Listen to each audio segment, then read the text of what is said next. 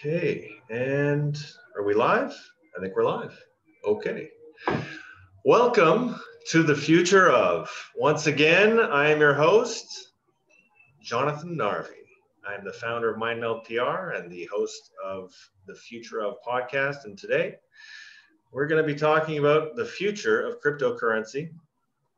I have a special guest with me today who I'll be introducing momentarily. Alejandro Machado is the head of research at Valiu in San Francisco, California. And he comes very well recommended by a close friend and colleague of mine as a guy to know and an expert in the field of crypto. And I'm going to do a terrible job, as I always say, I'm going to do a terrible job of introducing my guests. So best that you introduce yourself. Can you help any viewers understand why you are the expert in this area? Go ahead. Sure. Thanks for having me, Jonathan. It's good to be here. So I'm here, I think, because of a friend, mutual friend that we have, Frank, and he also works with you. We met probably on Twitter. I used to use Twitter a lot, not so much. Focused building and trying to regain my focus. But the short story I can tell, I guess, is I'm Venezuelan. I lived through multiple scenarios where the currency was devalued and where there were capital controls and general controls to move money in and out of the country. And I became interested in cryptocurrency as a way to kind of avert those controls. I've been working in technology my whole life. I studied computer science in undergrad, and then I did a master's in human-computer interaction. So I care deeply about how people use technology and how societies can use technologies to their benefit. And I think this is what tails into what we want to discuss here. You mentioned that you're a bit of a skeptic in cryptocurrency, and I have to say I am myself as well. I think it's overhyped in many circles, and I think it has a very specific purpose. And I'm not sure if it can transcend that purpose, because we have technology to represent money that already is good enough for many scenarios. Although there are certain things, there are certain geopolitical elements in the world right now that are making me think that we may need this as a more mainstream technology that will not only be useful in Venezuela, but in 10 years from now, we may have to use it even in places where there's already well-established technology for representing and transferring money. That's an excellent introduction about the topic, and I want to get into, before we break down maybe possibly the issues with crypto. I want to get into maybe its strengths and what is potentially good or even great about it. And I think part of my skepticism, which our colleague Frank helped me to understand, was just the different need for it in a place like Canada or the US versus in, let's say, Latin America or other parts of the world. So while we're talking about the future of crypto, let's kick off with, what is the best case we can make for saying this is a useful, valuable technology that is going to be so essential in the future? Go ahead. Okay, the way I see it is anyone who can have a computer, and in these days, that's a lot of people. And we have smartphones that are reaching billions of people around the world. Not everyone certainly has one, but billions of people, and maybe soon enough, almost everyone will have one. And a smartphone is a computer. So if you can have a computer, you're a person with a computer, you can, thanks to cryptocurrency today, have money or have an account of digital money inside or like tied to you, to your personhood or your device, personal device. And that is game changer if you live in a country that does not give you easy access to bank accounts, be it because you are a migrant and you don't have the necessary papers to access one, be it because it's expensive because banks have like high fees and they don't care about customers that are poor, or or maybe it's because you are in a country that has capital controls or other forms of trying to control who you pay and why you pay, and like the things that you do with your money. And this can be a country as big as China or as tiny as Zimbabwe, right?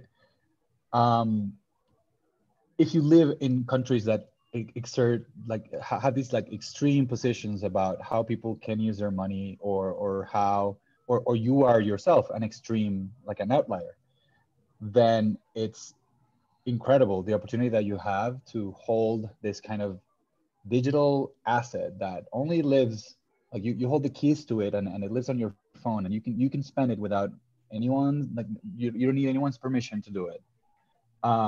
Then that becomes hugely useful.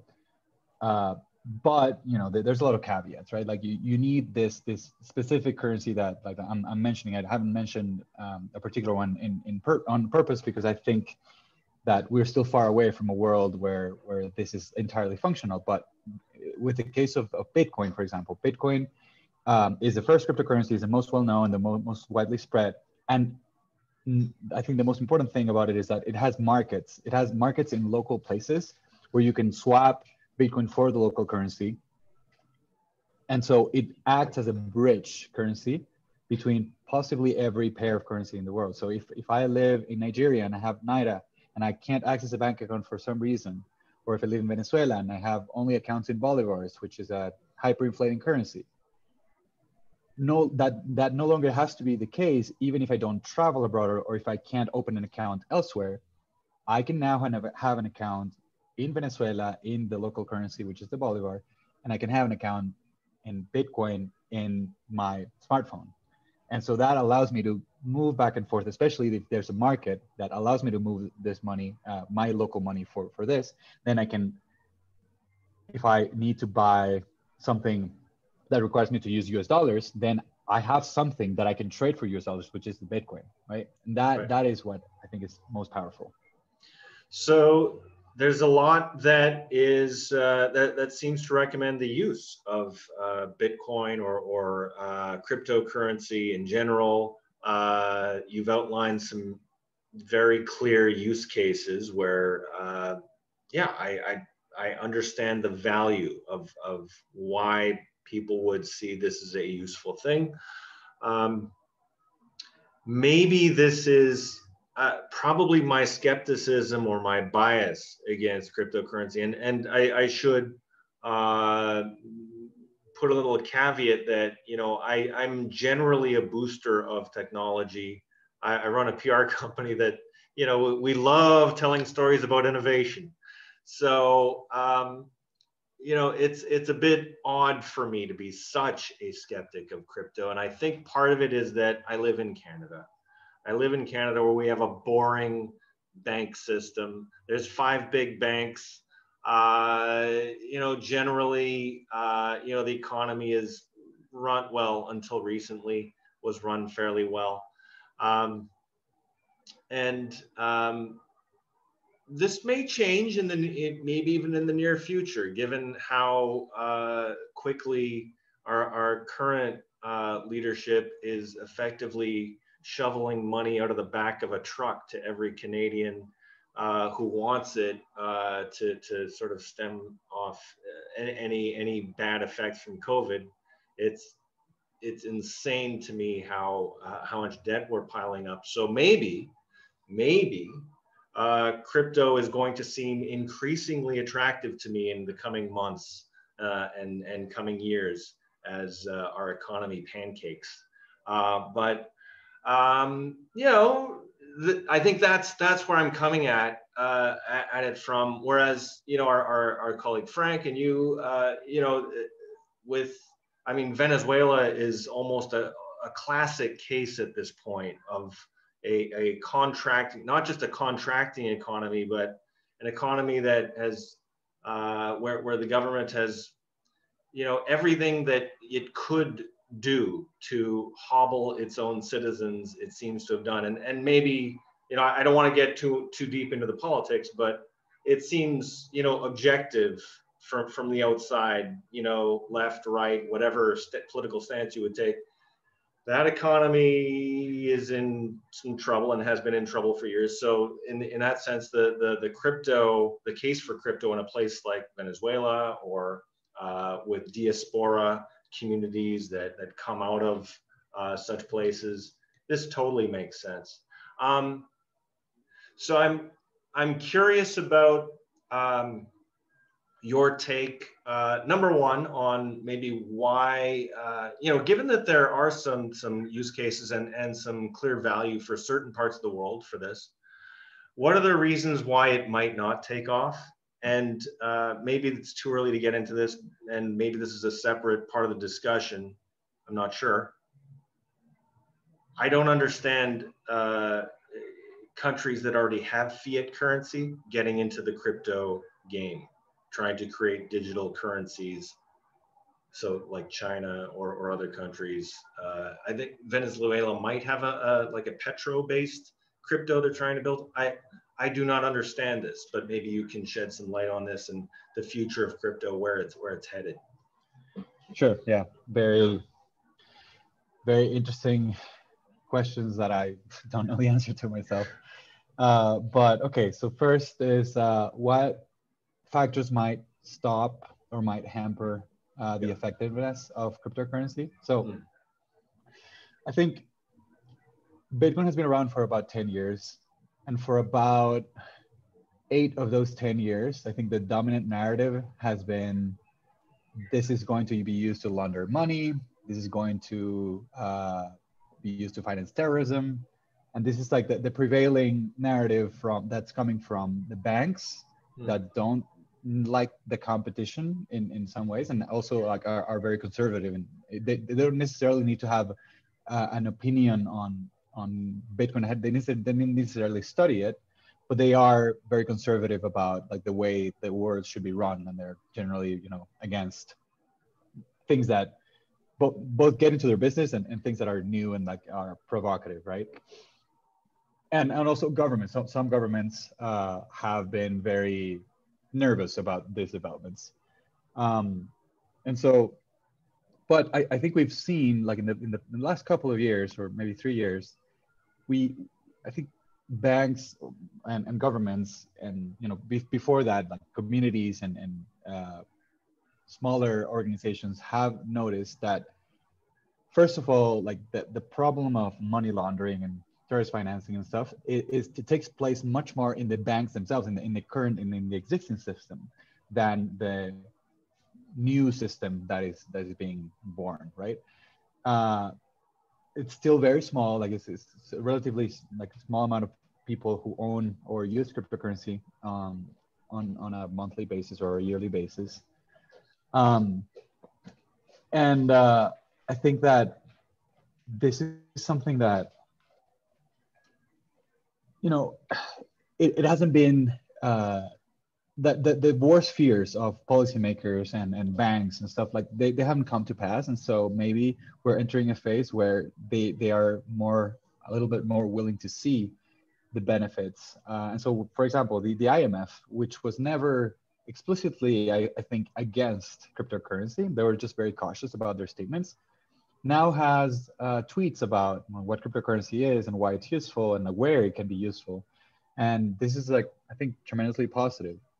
But I think that there could be some elements of this that are kind of they're coming waves, right? Because we might hear that, like in a couple of years, maybe that the next terrorist organization is funding itself with cryptocurrency, and then the fear will come back, and then there are a bunch of regulations going to calm back down. So that may be an element that comes back and forth between, fear of the unknown and desire to explore the innovative aspects, and especially in the context of financially financially including people that don't necessarily have that access, which is why I opened with what the potential is, and it's a potential to include financially people who are in the extremes, in the outliers, or who are subject to jurisdictions that apply these draconian restrictions to their citizens. So I think we're not in the clear yet. Like there's a lot of things that can happen with the name or under the name of cryptocurrency. That can also happen with cash. It can also happen with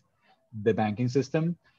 But because it's still kind of new and it hasn't been fully, accepted by mainstream institutions, then I think that's the main concern. Like the fear mongering. And so that is this one. And then the other question we can get into is why certain countries are kind of producing their own versions of digital currency or I would say digital currency more than cryptocurrency, because cryptocurrency is a specific idea that involves machines producing the asset, and it's a kind of a form of a privately run and privately generated asset. It doesn't necessarily depend on a central entity, and in fact the hope is that it doesn't have a central operator deciding like how much to mint and with what schedule and so on. But it's something that kind of runs on its own or runs by consensus of actors that don't necessarily have the same interests. Sure. And so, you wanted to. Yeah, I want to jump in a little bit because I have a sense. I'm not an expert on money or currency or cryptocurrencies. But I come at it from the perspective of probably a lot of people maybe think about money in this way, in the sense that, I think back to, I think it was maybe in the 12th or the 14th century or something, there was a king of England who took the very first census, and, he in order to tax his people properly, and, was counted up. Okay, well, how many chickens do we have in England? How many houses? How many cows? All the rest of it. I want numbers, and so he gets all the numbers, and he figures out, okay, this is how I'm going to tax things, and it's sort of you get the same kind of a sense. Maybe this may be completely mistaken, but this is just my impression of how we value money. Is like, let's say for a place like Canada, we count up, okay, well, we have this amount of natural resources.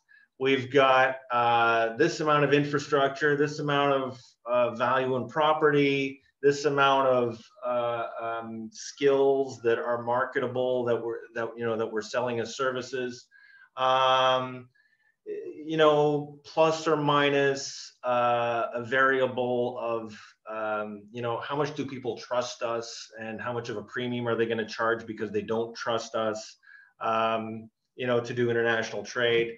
And there's like a million different variables, and there's some wizard underneath who lives underneath the Parliament of Canada, and he sort of tabulates all this stuff, and ipso presto, here's a number, and then everybody looks at that and it's like, okay, maybe, and then they put the money on the international market, and it's like, okay, well, people will now that we've got some kind of number, it is what people say it is, based again off those the impression of the general health of the economy and our resources, and that's how I understand we value fiat currency. Maybe that's completely off, but I don't know if that's more reasonable than how we go about valuing cryptocurrency. I don't know. I don't know. What do you think? Yeah, so money is fiction, right? It's a shared fiction.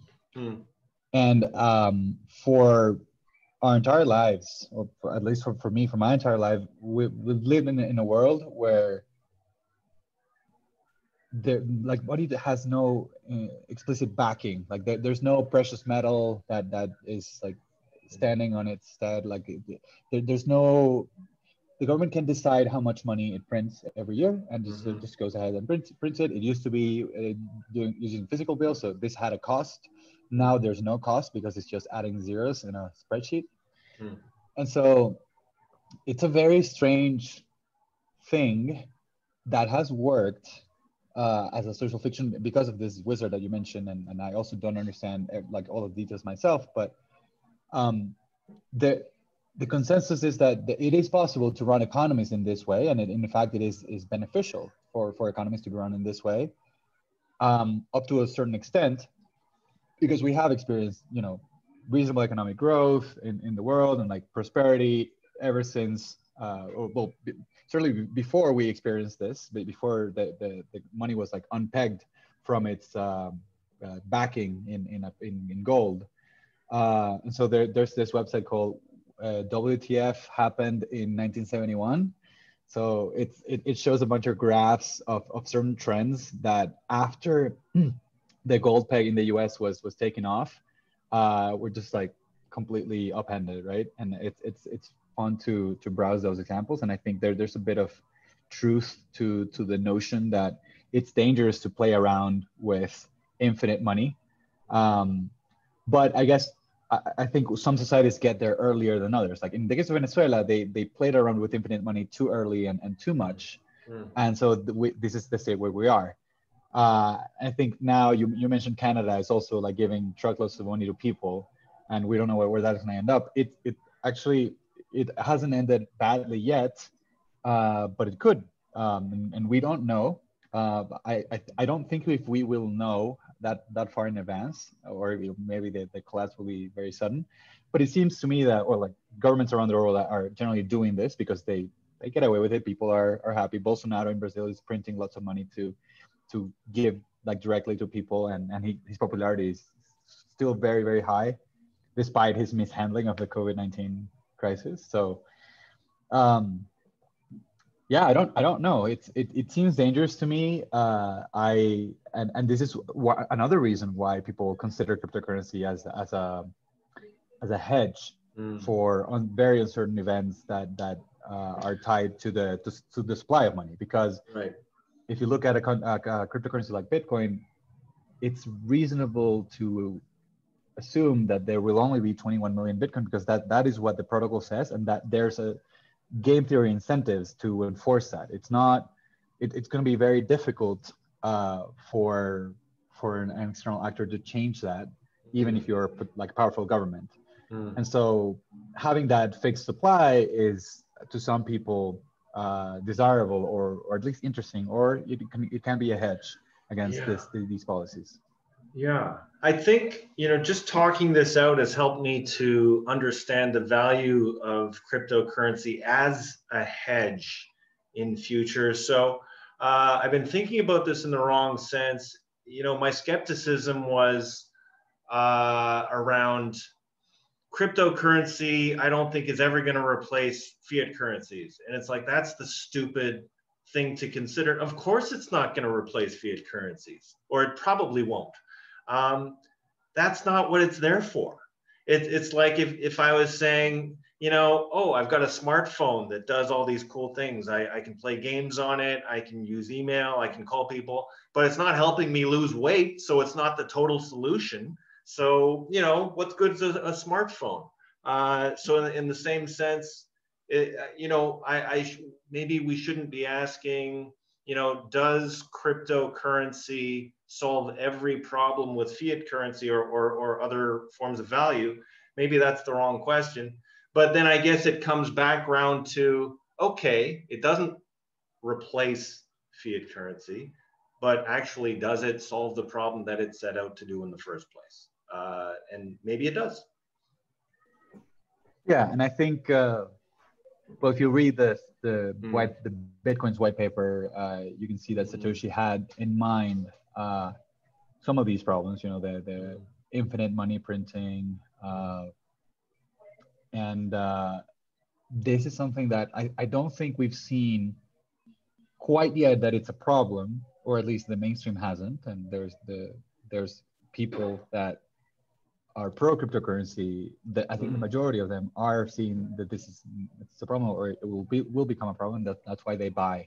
But I think that the first problem that it's solving is something that they, like maybe Satoshi and the early adopters did not anticipate at all, which is to provide a means of escape, or maybe it is like a little bit of like the idea of the hedge, but in a more local context, right?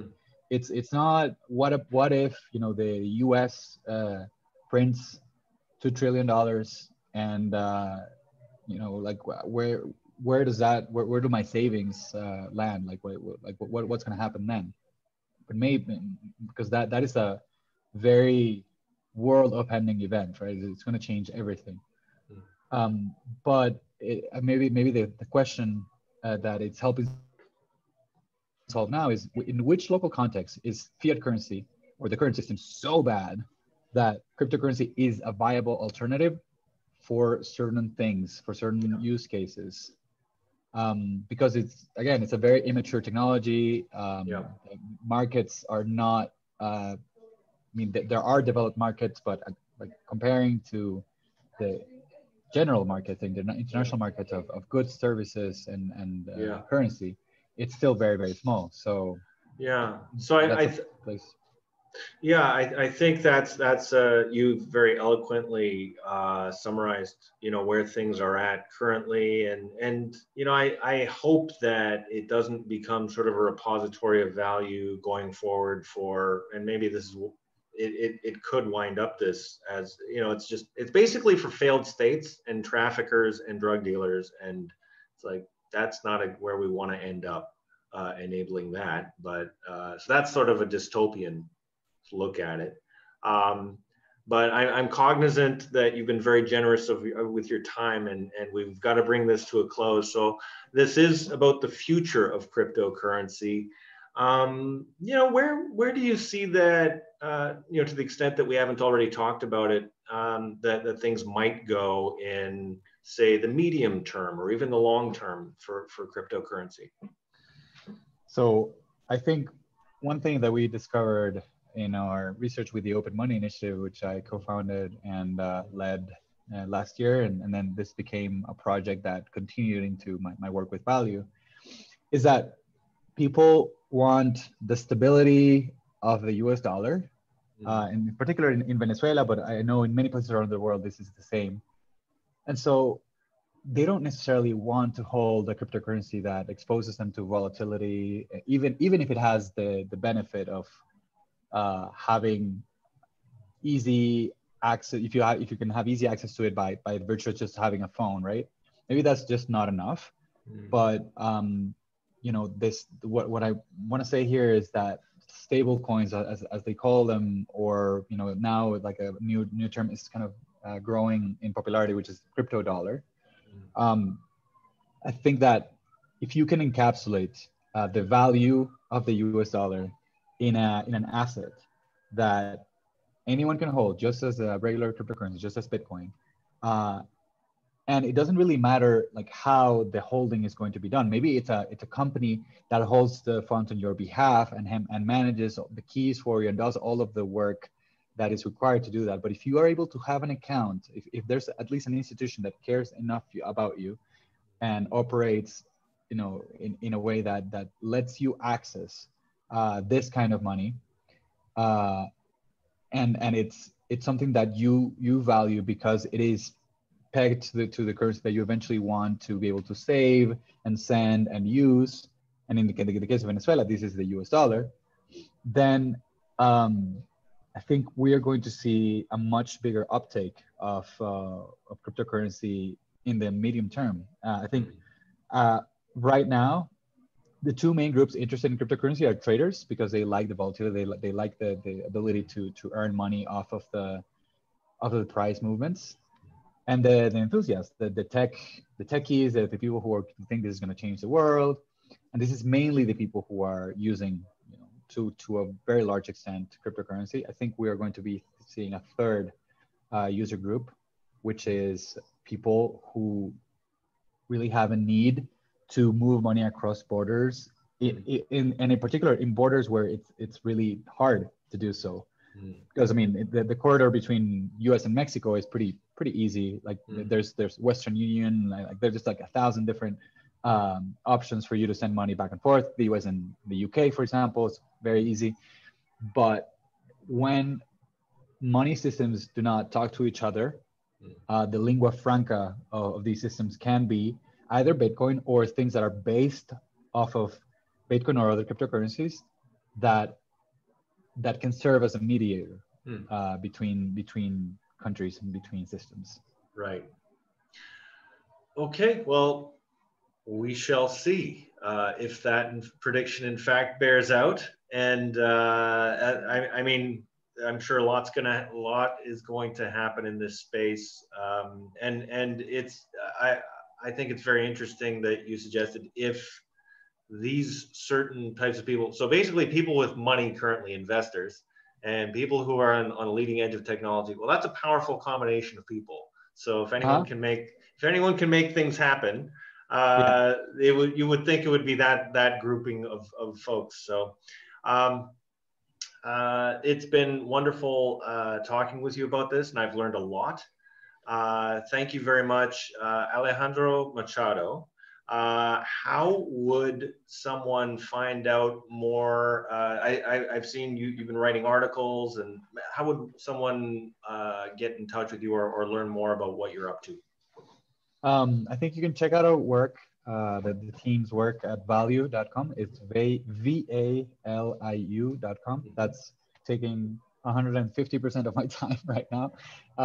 So I don't know if I'll be like continuously writing more articles or doing a lot of more interviews in the near future, because it's a very big challenge that we have ahead of us.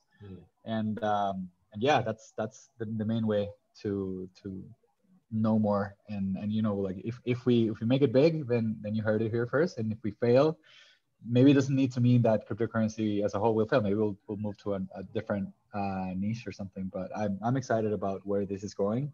In particular, I know that we can make a powerful positive impact on migrants, on Venezuelan migrants, which is the largest migration crisis in history. Approaching, you know, it's just really, really sad what's going on. And so this is why I'm dedicating my time to this. Excellent. Well, it sounds like there's a lot of positive things that can come out of it. Sorry for dwelling a little bit too much on the dystopian side of things. It's my skeptical nature. But no, I think we had a very interesting conversation, and really this was fantastic for me. So to our listeners, you have been listening to The Future Of. We've been talking about the future of cryptocurrency. I'm your host, Jonathon Narvey, and I look forward to seeing you in the future.